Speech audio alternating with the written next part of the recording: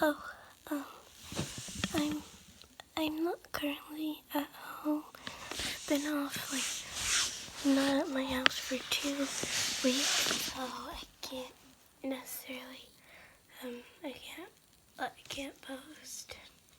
I don't know why I said necessarily, but I can't really post, especially my own things, but I'll post this.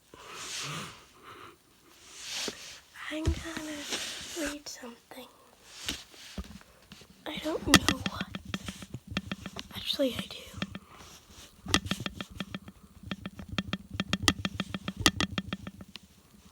I need to find it again. So, I also still need to write more because I haven't got to. But yeah.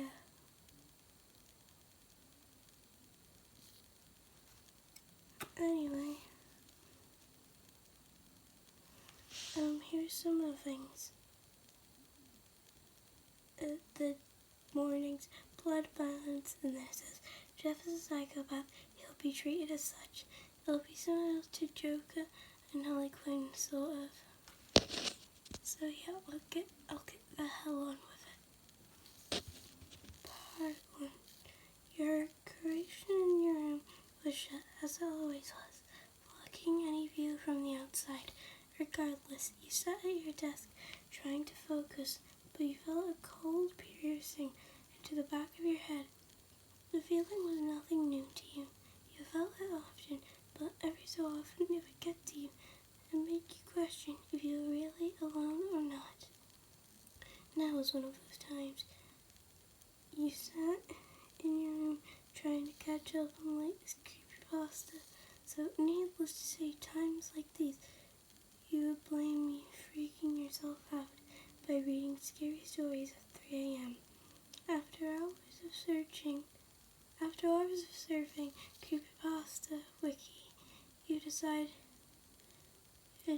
you skied yourself out enough, and you should at least get a few hours of sleep before school in the morning. Your alarm goes off. You check your phone for the time. Red 6:30 a.m. Whoever came up with the idea of school starting before the ass crack of dawn should be shot. You mumble to yourself. You then put your phone back down and groggily crawl out of bed, making your way to your bathroom. You play with yourself, making sure you're alive, and to your disappointment you were, meaning you had to go to school. You walk out of your bedroom and begin to get dressed. Nothing special, just a hoodie and some pants with your Converse. You pull your hair up, grab your earbuds and swing your backpack over your shoulder, then begin to make your way downstairs.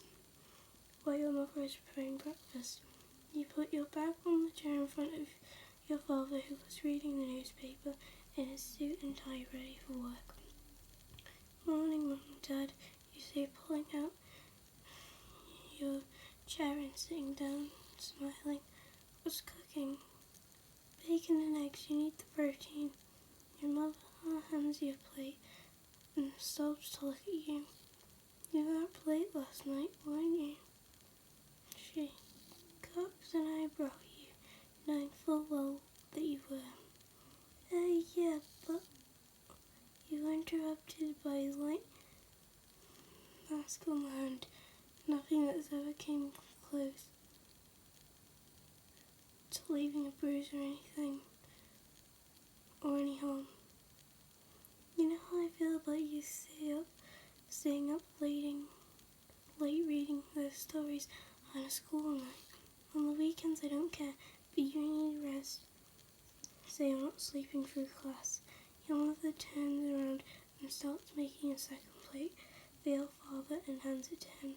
She gives him a quick kiss on the cheek as she sets down the plate. Thank you, honey, and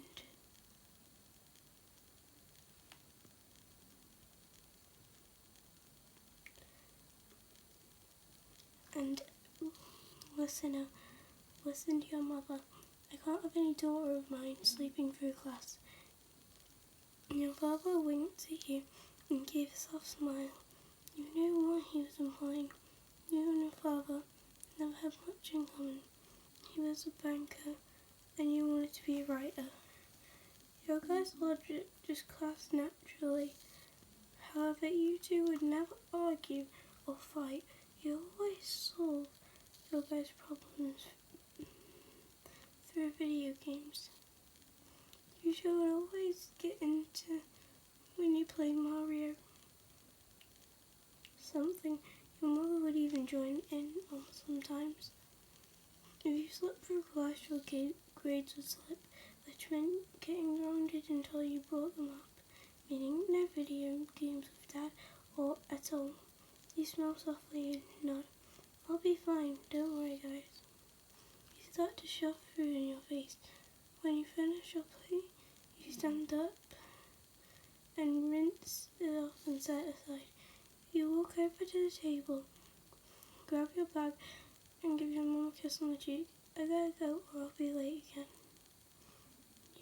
You again swing your bag over your shoulder and walk out the door, putting your earbuds and kicking again with your music blasting. You begin to walk down the sidewalk, kicking again all the way to school, humming the words to your favourite song. You approach your school to see a large crowd at the front entrance. You assume another fight, but as you get closer, you see police cars. You take out your earbuds and ask one of your classmates who were in the back of the crowd what was going on. Somebody broke into the school and rampaged through several classrooms. She looks at you, clearly on edge. They say whoever it was looking for someone or something. You look at her with wide eyes when a cop stands up above the crowd and begins to speak. Students and staff of Richfield High. Last night there was a break-in. So far nothing has been reported missing or stolen, and the only thing that seems to be broken is a window. Everything else is fine, I assure you. The classroom had nothing more. The paper scattered on the floor. We suspect that it was a student attending here who is only looking for attention, regardless of the reason. They will be found and will be taken downtown, I assure you. No one is in any danger, that is all. And with that, he stepped down and began to get in his car. The crowd slowly started to shrink as the school started letting people into the building. You went to your locker trying to ignore what happened, knowing it wasn't going to happen. It's all anybody is going to talk about for a few weeks, and honestly, you couldn't really blame them. You opened your locker and found everything in place except your note. Another love letter, you assume. You received them regularly. You took it and inspected it. It was a package with a pink heart sealing it. The other side had your name drawn in pink. You rolled your eyes and tossed it into the trash. You hate pink and anything with it. You grab your textbooks and shut your locker, and then head to class. A crowd outside your classroom. The door was shut, but soon was opened. You set your stuff down on the desk, and then sat down. Your fingers traced a carved heart in the desk.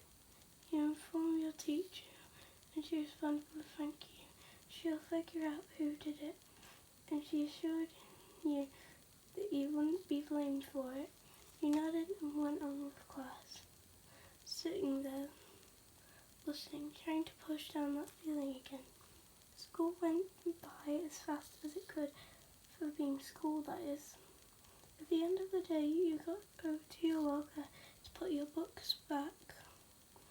and found another letter. You picked it up and inspected it. It was black. Unsure of what it was, you put it in your pocket and began to walk home. When you got home, your mother runs to you and hugs you tightly. I was worried about you. The school called, informing me about what happened. Are you okay? How about some hot tea? Before you can say anything, she runs off to make you some tea. You smile to yourself. I'm fine, Mum, but nothing happened at school while I was there. It was all late last night, from what I understand. You toss your bag upstairs, knowing you'll pick it up later when you go upstairs. I know, but a mother always worries for her baby. She pours some honey into the tea and begins to stir it. Your father should be home soon. It's a weekend, so I was thinking we could hang and play some games. You look at her and smile. She was never very good at them and didn't care for them, but enjoyed it. And we all played together. Sounds fun. I'm going to change into more comfortable clothing, you say, heading upstairs. An excuse to read the letter in your pocket. You pick up your bag and head into your room. Setting the bag down by your bed, as you plop down, pulling out the letter.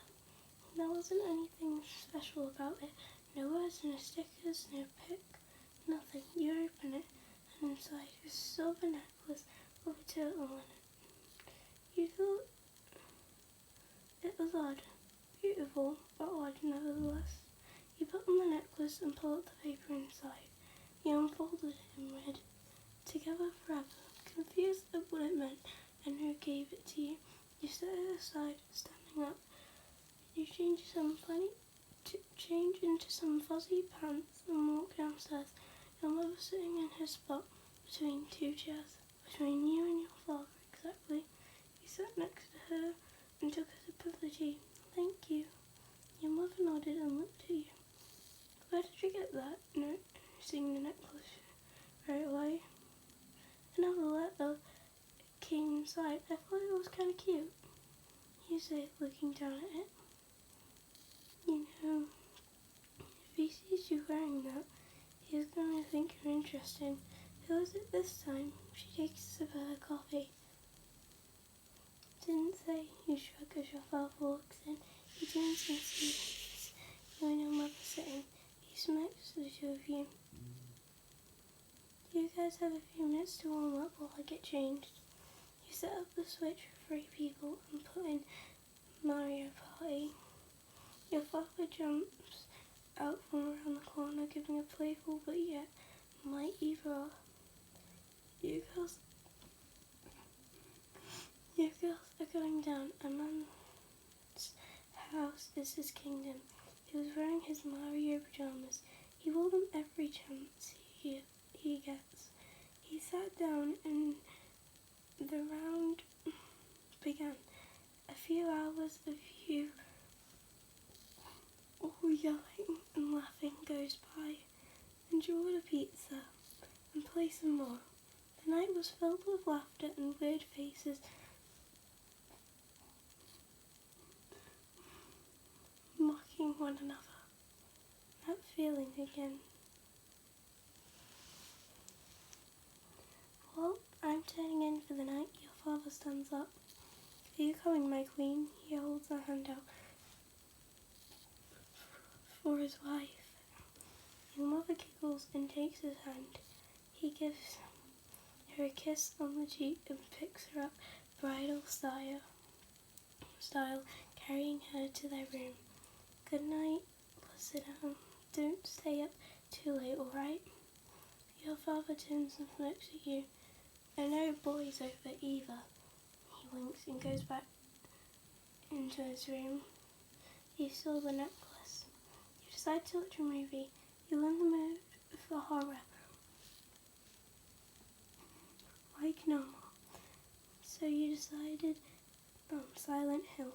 You make yourself a cup of hot cocoa and crawl under a blanket, chilling watching the movie. The feeling is getting stronger. It's strong enough to where you end up checking the living room and the kitchen. A quick movement of whiteboard is seen through the corner of your eye.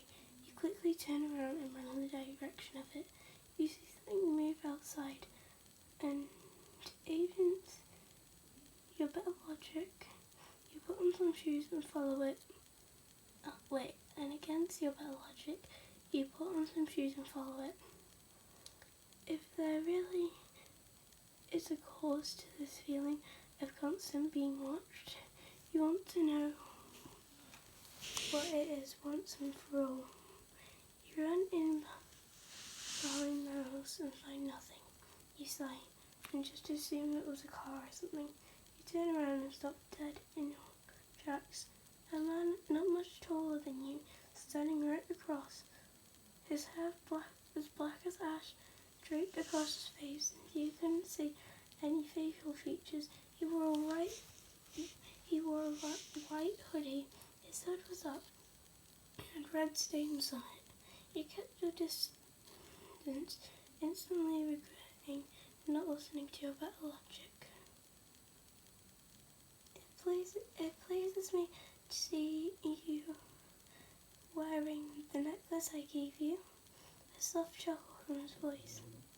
At a loss for words, so many questions ran through your mind. Who was this guy? How did he know you? How did he know where you lived? What did that letter mean? Your mind raced with more questions than what your mother can say. Who are you? You said, clearly confused. A long-time admirer. He spoke softly. He stood perfectly still. Silence for what felt like forever. There was only broken road sound of breaking branches in the woods behind your house. That's my cue to leave, sweetie. Sorry I couldn't stay longer. Next time, maybe. In a swift movement, he swiftly moved from where he was standing to not even a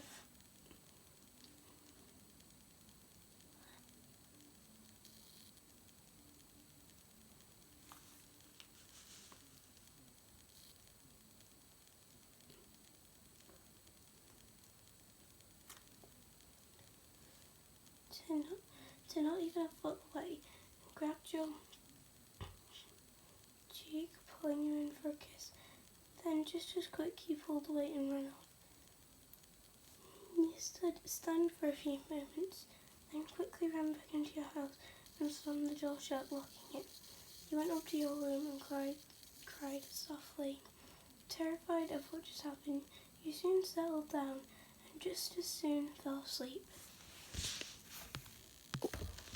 So that is it.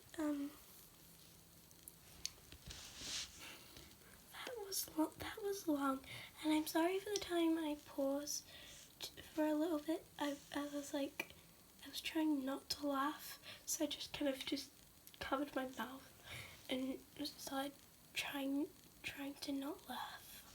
And then the really big pause, I accidentally went on the damn comment thing on Wattpad, and yeah, couldn't get off it. So anyway, I hope you enjoyed. I'm too lazy to edit it properly, so I'm just going to edit it to the point where the clips are all together.